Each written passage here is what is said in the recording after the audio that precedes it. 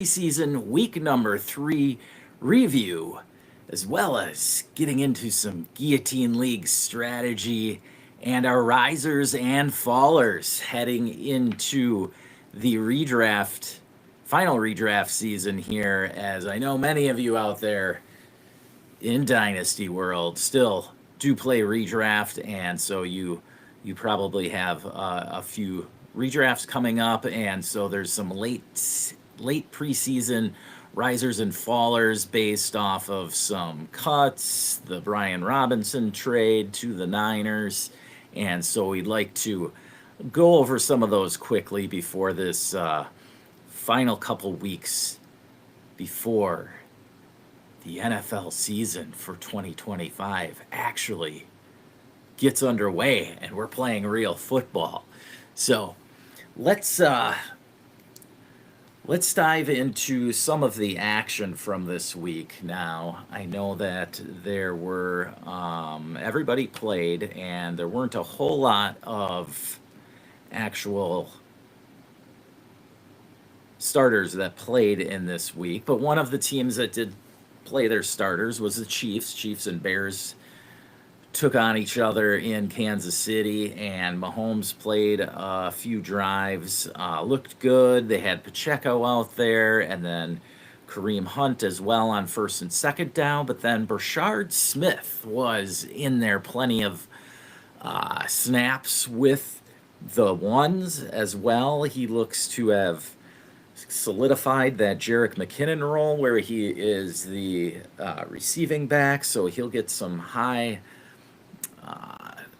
high-end touches, basically, is what I'm getting at, because a lot of the times when he is in for snaps, he'll get receptions, and he may also get some nice work inside the 10-yard line. So look for Brashard Smith late in your redrafts. He will be somebody that you can plug in, not necessarily for high-end production, but you can plug him in any given week and get some catches out of him, and then hopefully he jumps into the end zone for you. Yes. So I did just grab him in my 16-man league. Once again, I don't have enough Brashard Smith shares already. So yeah, I went ahead and grabbed him there. For the Bears on their side of the ball, didn't look great on offense. Caleb Williams, the stat line looks good, 11 of 15. The one touchdown to Roma Dunze, so that's good news for Roma Dunze owners there.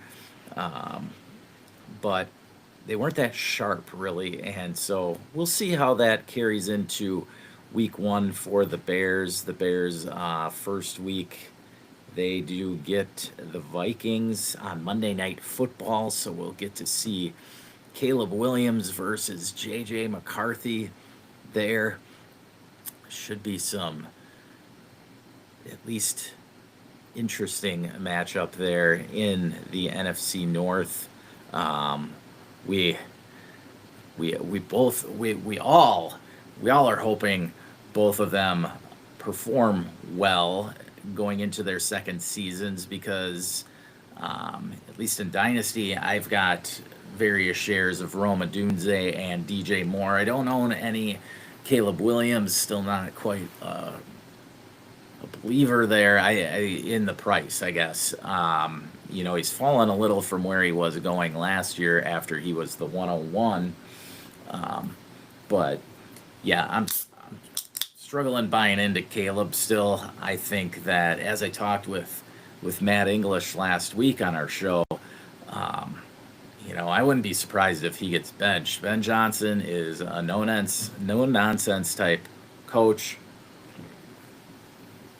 If Caleb isn't getting rid of the football, I would not be shocked if Tyson Bagent gets into the game, or who knows, what they could do something wild, trade for Kirk Cousins. I don't know. But Caleb nonetheless goes into the season as the starting quarterback. No shocker, but we'll see how he does.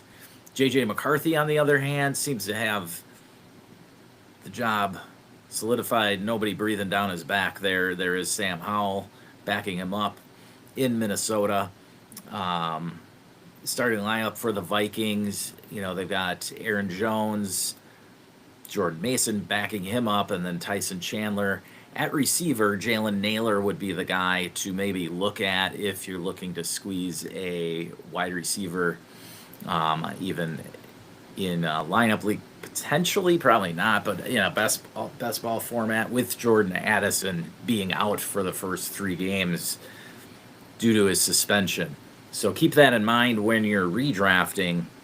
And the area that Jordan Addison is going, there's generally, from what I've seen, there's a lot of other receivers similarly talented, but yet you're going to be losing 3 weeks out of the guy. That's like 20% of the season. So I would definitely unless Addison really falls in your league, and I'll get into this with the Guillotine Leagues, but unless Addison really slides, I'm going to be picking somebody else where he's generally going in the round, 6 to 7 range. And we've got breaking news here. That's why I love getting on here, right? Breaking news: Terry McLaurin and the Commanders have reached a 3-year contract extension per Adam Schefter. So, of course, you can believe it then. But it looks like McLaurin has reached an extension. So, all those Debo hopes that he was going to be wide receiver 1 in Washington have now faded. But good for the Commanders. We will get into the Commanders. Let's just do it right now. The Commanders backfield, where they traded Brian Robinson last week for a 6th round pick. Broke that for you on the show last week. Now we break the signing of the extension for Terry McLaurin. Washington must just be watching the birdhouse at home, waiting for us to break this out for them. But in the backfield now for Washington, because the receiving core seems pretty set. If McLaurin is there now, you've got Debo, and then Jalen Lane, Luke McCaffrey. Trying to think who else is there.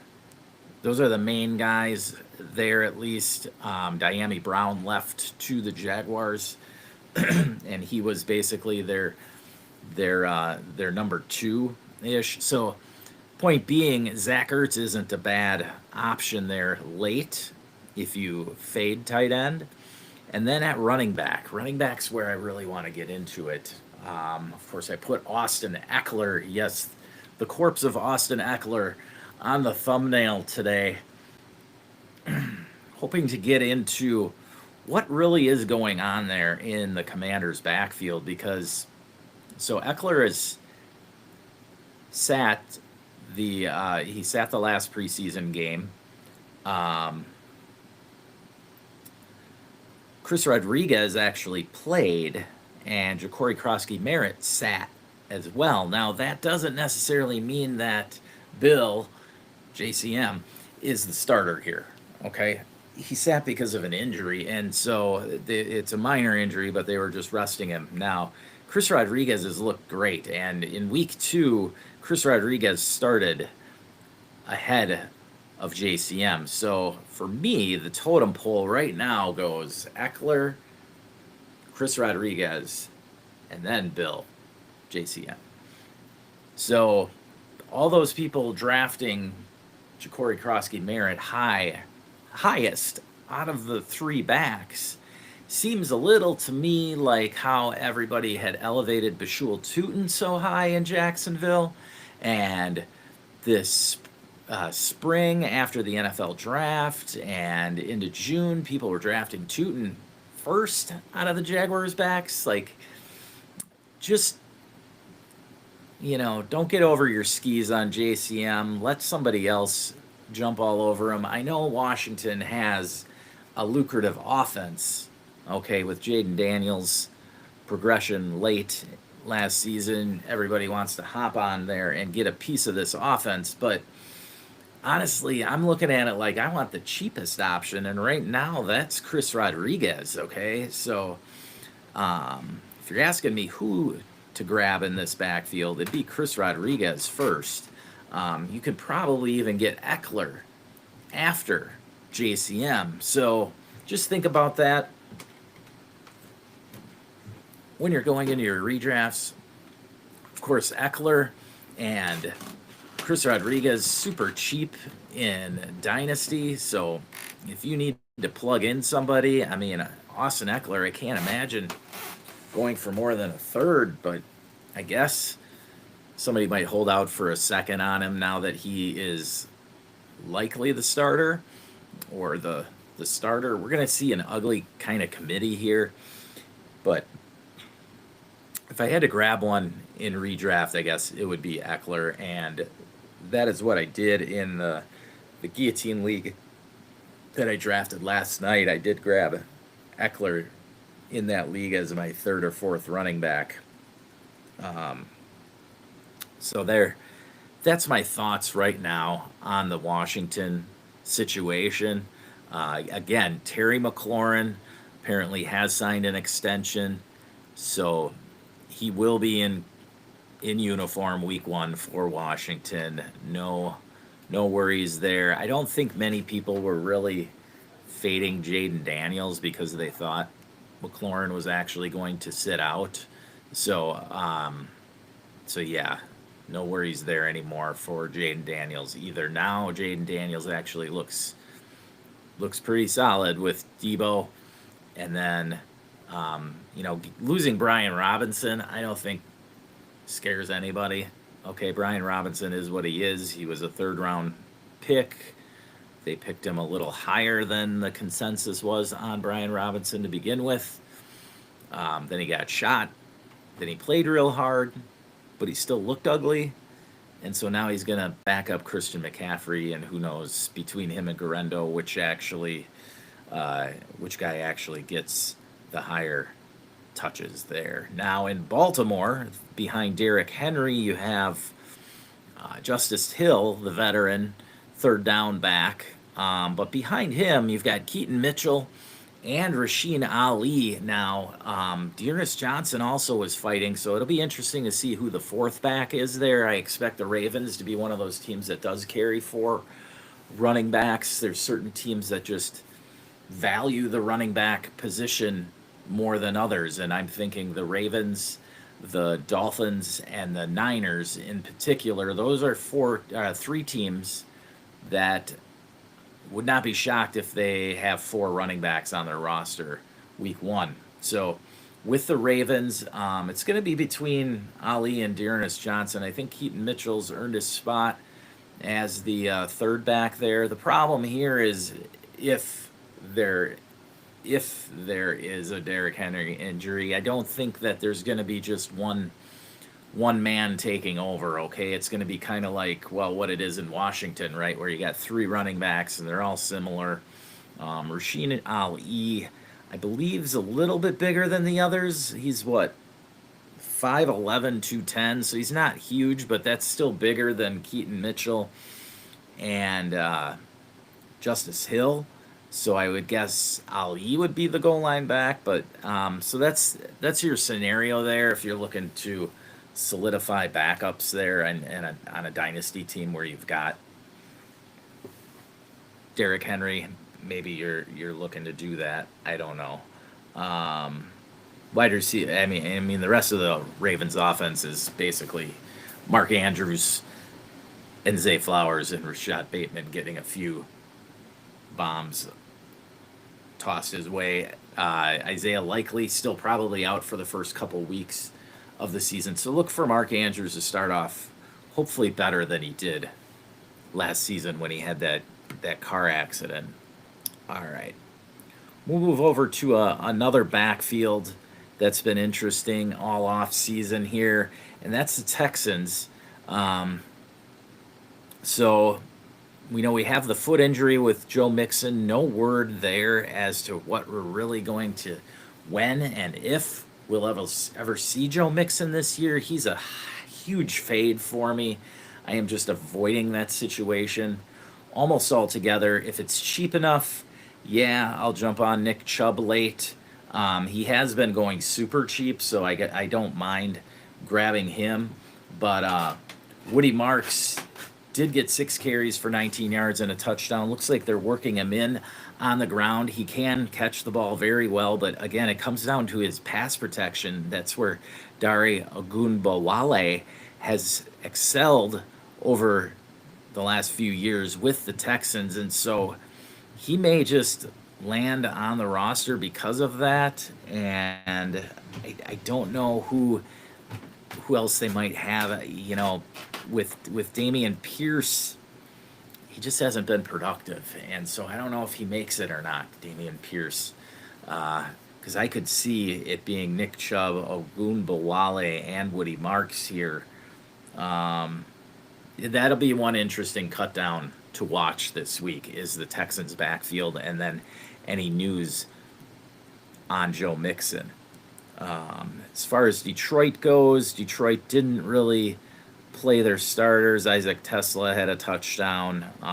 He looks to be solidifying the wide receiver 3 role there with the Lions. Of course, you've got Amon-Ra and Jamo ahead of him, but Isaac Tesla having a strong preseason, could very well be the wide receiver 3 there if he isn't already. Then we'll move over to the Sean Payton Bowl in preseason here. Denver and the Saints. Denver has a little question in their backfield as far as who's and we all know Harvey and Dobbins are the 1-2, but as far as the 3-4 go, you've got Jaleel McLaughlin, Audric Estime, and Tyron Beatty. I think Beatty's going to be the odd man out there. McLaughlin didn't travel with the team. He had a daughter that was born over the weekend, so Peyton gave him the week off. Now, we all know this is Sean Payton's baby, Jaleel McLaughlin, and so I think McLaughlin's got a roster spot wrapped up. Estime would be a good banger type, so this is another squad here in Denver where they could have 4 running backs on the week 1 roster. Estime did bang in a touchdown, 8 for 45 on the day for him. Did catch a ball as well, though he's not much of a receiver out of the backfield. But look for it to be week 1, probably a Harvey Dobbins split, and then they'll slowly ramp up more touches for RJ Harvey as the season goes on, or there's injury to Dobbins, which is inevitable, unfortunately, for him. But yeah, I mean, who knows if he gets hurt or not. I'm just saying, temper your expectations week 1 on RJ Harvey at least. Next, we'll go over to an ugly one, Las Vegas and Arizona. Check out who's going to be the battle for Ashton Genty's backup, right? Well, hey, that's what preseason is about. We know that Genty's going to get 300-some touches this year, but Raheem Mostert's behind him. I think he's got the job. Aside from that, it's Zamir White or Sincere McCormick probably. You could see Dylan Laub make the team as the 3rd down back possibly, but otherwise it's going to be between Mostert and Zamir White as the backup. I would give it to Mostert, knowing Pete Carroll. Probably wants a solid veteran back there. So that's what I would lean. I don't know, though, for sure which way they're going to go. Dante Thornton catching a touchdown. This guy's been blowing it up. So, yeah, if you're looking for a late flyer at wide receiver, you could do worse than Dante Thornton Jr. with the Raiders. He, of course, he's starting opposite Jacoby Myers. He beat out Jack Besh, the rookie. Now, they kind of play different spots anyway. Thornton is an outside deep threat, and then Jack Besh is more of your number 3 slot guy anyway. Though he can block well too, so we'll see if they run it out of 3 wide receiver sets there in Vegas. As for the Cardinals, once again, it's a battle for their third running back. If you've ever tried owning the Cardinals' third running back, trust me, it's a disaster. You never know whether it's Michael Carter or DeMarcado, and it's inevitable that James Conner will go down at some point this year, and then you get the Trey Benson hype, but Michael Carter and DeMarcado probably will see some action too. As far as the wide receiver 2 here, I think it's Michael Wilson. But aside from that, at wide receiver, it is ugly. They've got Semi Fehoko, Tijon Palmer. Yeah, I mean, Greg Dortch is still there, I know, so I'd probably bet on him in a deeper league. As for the Niners and Chargers, the Chargers backfield behind Omarion Hampton and the one-eyed bandit Najee Harris, looks like Raheem Sanders got a ton of work. I don't know if that means he was just trying to make the practice squad. It doesn't look like Kamani Vidal played, but I'm not sure if Vidal was injured or not there. It is a lucrative backfield. That's why I'm interested. If there's an injury, you want to have a piece of it, because the Chargers are a good offense regardless of who's running the ball back there. So, yeah, I think Vidal's got the third spot wrapped up. There's no injury showing for him.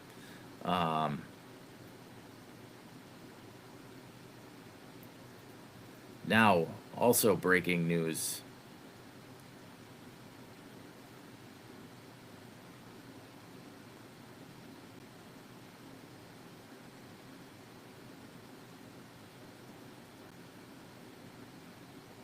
Is this right? I don't know what I'm seeing here.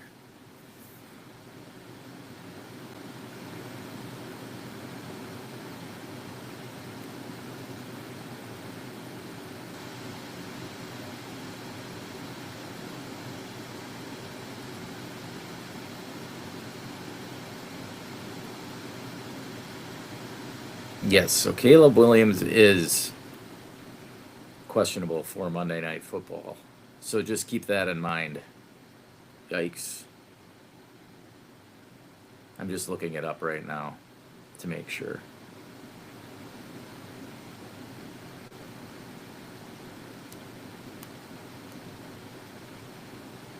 Yes, there's a hand injury.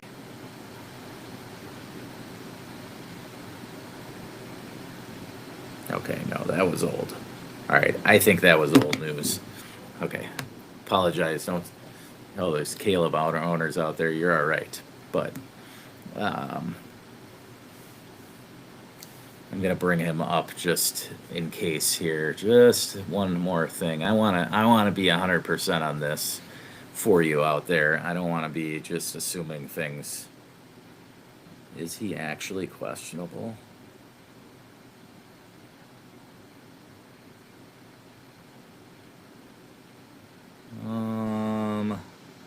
Boy, all for Caleb Williams, right?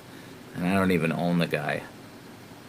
In any leagues, that's right. 0% of Caleb Williams. I don't know if there's another guy that I'm more out on than Caleb Williams.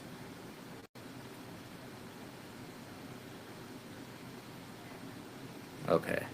No, there is no injury. Geez, sometimes, Twitter just gets me. Ugh. All right. So we'll move down to the Miami Dolphins, and Ollie Gordon's been tearing it up this offseason. in preseason, I mean. And I just want to say that if he doesn't get carries, if Devon Achane is out this week, I will be shocked. I don't know what they're doing in Miami. If it's going to be Jalen Wright or if Achane plays, that is one situation definitely to monitor. I think that Ollie Gordon deserves a good amount of work though, week one. All right, I'm just gonna make a pick here in my 16-man league. There we go.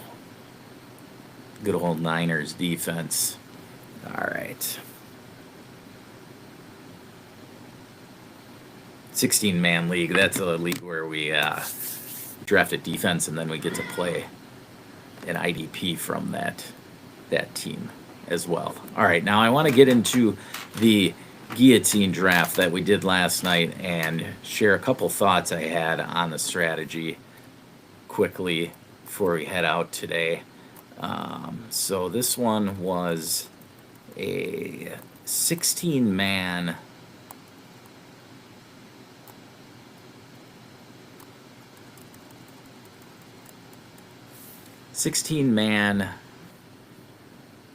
guillotine league and super flex as well, so pretty insane stuff there. But I ended up with the 10th pick, third round reversal. And so let's bring up the draft board here.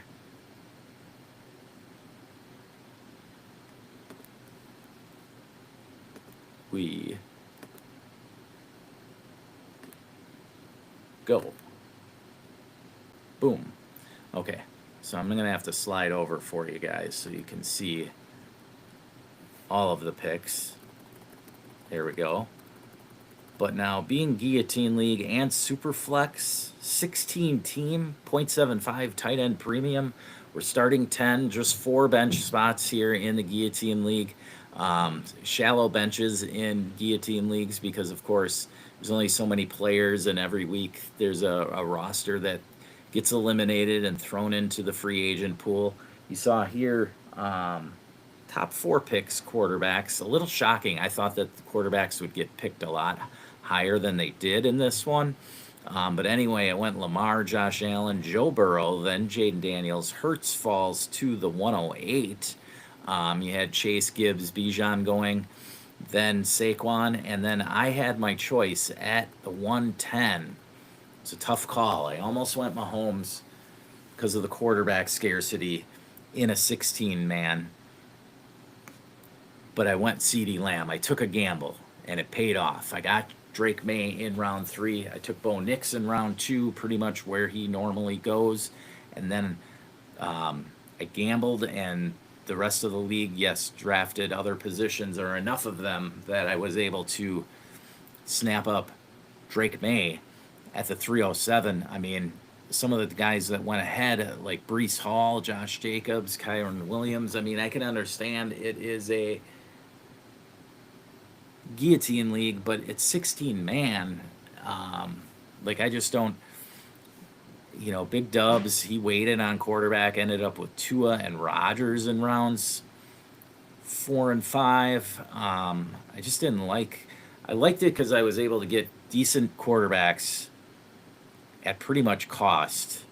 I didn't have to reach on any quarterbacks. That's my point. Like, when you get down here and you had to start taking Matt Stafford in round 5, Aaron Rodgers round 5, Daniel Jones round 6, like, that's super ugly. Like, the top of your lineup might look all right, but look at what I ended up with at running back. R.J. Harvey, DeAndre Swift, Austin Eckler, and Tootin, which is fine, considering my wide receiver room is CeeDee Lamb, T. Higgins, Egbuka, and Shaheed. So I'll take that all day. Mason Taylor I scooped up late as my starting tight end. So, yeah, I was very happy with this draft, the way it unfolded for me. Brock Bowers going at the 111. But again, the key, the strategy here really is how you want to play the quarterback position. Being super flex and guillotine, there's a couple of things to keep in mind here. First of all, there is a team that's eliminated every week. So that means that each week, two more quarterbacks are going to get thrown into the mix, one decent one and one average one, usually. Okay? And so after week one, there'll be only 15 teams left. After week two, there'll be only 14 teams left. Then by week five, you're talking you only have 12 teams left. By week seven, there's only 10 teams left. So you're playing in a 10-team league then. And the quarterbacks are going to be, aplenty. And so, yes, I'll bid heavy if one of the top 5 quarterbacks becomes available, but I've got Bo Nix and Drake May now. I don't have to bid on anybody at quarterback until one of the top 5 quarterbacks becomes available. That's the only upgrade. So that's the benefit here. So I like the way my team was built there. If you're doing any guillotine leagues coming up this week, it's the hot new thing on Sleeper. If you're doing any, just keep in mind your quarterback situation. It also plays into. It's probably going to be a super flex league, but what comes into play is how many teams are actually in the league as well. The more teams, the earlier you have to draft quarterback. Just keep that in mind, because I'm going to tell you from experience, I did one last year. The highest bids, or the most you have to spend fab wise, is on the quarterback position. Think about it. Every week, roughly 2 quarterbacks are going to be made available, but 5 or 6 wide receivers are going to be made available. 4 or 5 running backs, a couple of tight ends, right? So quarterback's going to be the toughest one to bid on. It's also going to be the one you spend the most on. So if you have 2 solid ones like I did here in Bo Nix and Drake May, I shouldn't have to spend a ton on the quarterback position. I can focus my fab money elsewhere to try and upgrade either running back or wide receiver. Unless McBride or Bowers becomes available, then I would be sure to hit them up. I'm sure that McBride or Bowers becomes available, they will almost go for as much as the top end quarterback. So those are my quick thoughts on guillotine leagues right now. Very happy with the draft I had. Just so you can see quickly where Devon Achane went. He went at the 213, which would be the 29th pick. So Fantasy Reaper there, not afraid of taking an Achane. He took him ahead of Brian Thomas. I was surprised, honestly, with that pick. And then Omarion Hampton doesn't go all the way until the 404. So, but again, that was because a lot of the quarterbacks had to go. Justin Fields normally doesn't go ahead of Hampton, nor does Trevor Lawrence, even C.J. Stroud or Jordan Love. So that's why Hampton got pushed down the board. Personally, I'd take Hampton over Breece Hall. So Breece Hall to me should have gone about a round later or 2.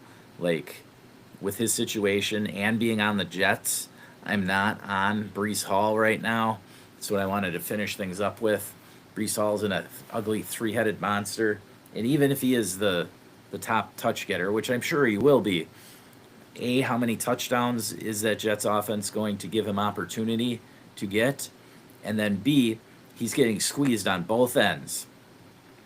At the goal line by Justin Fields, and then on 3rd down in the receiving game by Isaiah Davis. And then he's got to split touches with Braylon Allen. So you tell me where the upside is there for Breece Hall. Now, that said, if we're talking dynasty, not redraft, we're talking dynasty, Breece Hall is a free agent at the end of this season. So if he doesn't get traded, he's going to, I can't emphasize it, he's going to go somewhere else, right? He's going to go somewhere else, and he's likely going to get some nice buzz wherever he goes. He's going to go to some running back needy team. Who knows how much he gets paid? A lot of that will depend on how well he plays this season. But again, with him getting squeezed touches, I'm not saying he's going to have a Javonte Williams type offseason where he gets paid pennies. But, you know, for Breece Hall's value, almost the best thing that could happen to him is getting injured and sitting. And then he goes into the open market still looking solid. So we've got Chris here. Yo, rate my 12-man PPR. Had picked 12. Purdy or Goff, Henry, JT, G-Dub, Ridley, with Diggs and Coleman on the bench, Kelsey and James Cook. Well, that's a pretty solid team. Looks like it's if Diggs and Coleman are on your bench behind G-Dub and Ridley, that means it's a pretty shallow league. So, I mean, I don't know. I'm trying to see who is your 4th round pick there. Well, you probably went Henry first. Henry and JT at the turn. It's a little high on JT. I just feel like you're missing one more stud player there. I was just talking about the Jets offense. Garrett Wilson will get a lot of targets. I don't know how much I love him as my wide receiver 1, though, when Calvin Ridley's only the 2. I do like Calvin Ridley. I mean, I like both of those receivers, but as your 1 and 2, that's going to be a little tight, okay? And Purdy and Goff are solid, okay? Those were good picks at quarterback. You probably didn't have to pay that much for them. But I'm just curious what rounds you took them in, considering, yeah. I mean, your running back room is awesome. Henry, JT, and Cook. But the receivers leave a little something to be desired. Those were your first 4 picks. Okay. Yeah, I would start this out. I don't think you need to make any moves right now. Kelsey's solid. He was a middling tight end this year, and he still can finish top 5. But if you're looking to make a move, I would say after week 1 or 2, whichever of your running backs pops, because I think all 3 of them could carry you for the majority of the season, Chris, I think that you want to flip one of those running backs for a legitimate number 1 wide receiver. I don't know that I buy into Garrett Wilson being a for sure legit number 1. Like you're going to see 150 targets to Garrett Wilson, but the quality of those targets are a little sketchy, and I don't know that he's got 10 touchdown upside. Like you need a hammer at wide receiver. Even Tyreek Hill would look more scary in there. My draft went Henry, JT, Cook, Wilson, Kelsey, Diggs, Coleman, Goff, Ford, and then went Purdy. Well, wow, you got Purdy late. So yeah, I would look to infuse some juice in there. Offensively, you've got Goff, so maybe go after J-Mo.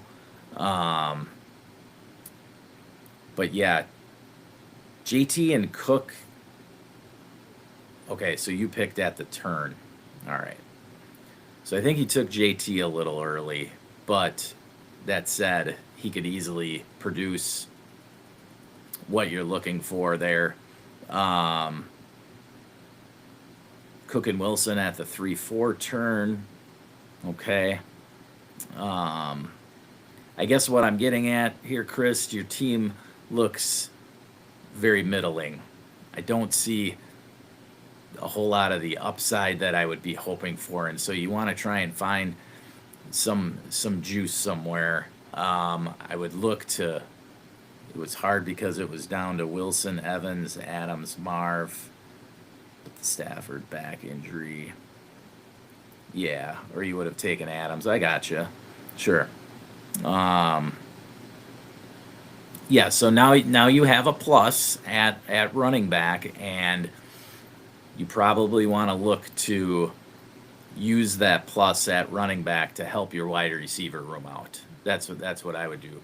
Ridley's somebody who should pop this year with Cam Ward as a rookie throwing him the ball. I really like Ridley. Um, and so he's somebody you might be able to move at some point to help you get to another more elite wide receiver. But that's the thing I'd be looking at. You can start the season off with this squad and be fine the first few weeks. But in the long haul, Chris, at some point you're going to want a legitimate top 8 wide receiver. So I'm not saying you got to go after Chase or Jefferson, even CeeDee, but those receivers like Brian Thomas, Nico Collins, um, even Lad McConkey. Um, yeah, Diggs is somebody. If he pops, I would ship him also. Try try and work your way into getting one of those wide receivers 4 through 10 in that area. Drake London, Lad McConkey, AJ Brown. You need one of those hammers that are going to be better and get you 1,200 plus yards and 10 plus touchdowns because you don't have one of those right now. But you do have the running backs. And so let one of your running backs have a big week and then ship them for one of those wide receivers. That would be my best advice right now. You can get by easily with Goff and Purdy in a 12-man league. You should be fine. But at wide receiver is where I'd be looking to elevate your game. Get up from the Wilson Ridley starting lineup right now that you have up to an elite wide receiver. That'd be my best take on your squad there. All right. So hopefully that helps out, Chris. Um, Wish you luck this year with the squad. All right. If I don't have any other questions for now, I'm going to let you know that you can check out the Patreon for the Birdhouse Dynasty Show, patreon.com/Birdhouse Dynasty Show. You can get my Dynasty rankings there. You can get the positional rankings that I have for Dynasty. And also, we have the chat. The chat room is the big thing that we can answer any of your questions. Me and Matt English and some of the other subscribers go in there daily. We check it out. We answer your questions. There'll be start-sit questions as the season rolls on. So plenty of stuff. What else did you have? Well, this is what happened. So we do our draft in real life on the board every year, and I actually ended up getting pick 4, but a guy in the league didn't want 12, so we traded. Okay. Okay. Well, I like the back-to-back as well. I just wish you would have taken a wide receiver instead of Henry and JT. That's all. I think you'd be happier with your squad had you taken um, you know, I can understand not wanting Puka because of the Stafford thing, but had you gotten a receiver at the 1-2 turn, I think you would have been happier in the end with what you ended up with.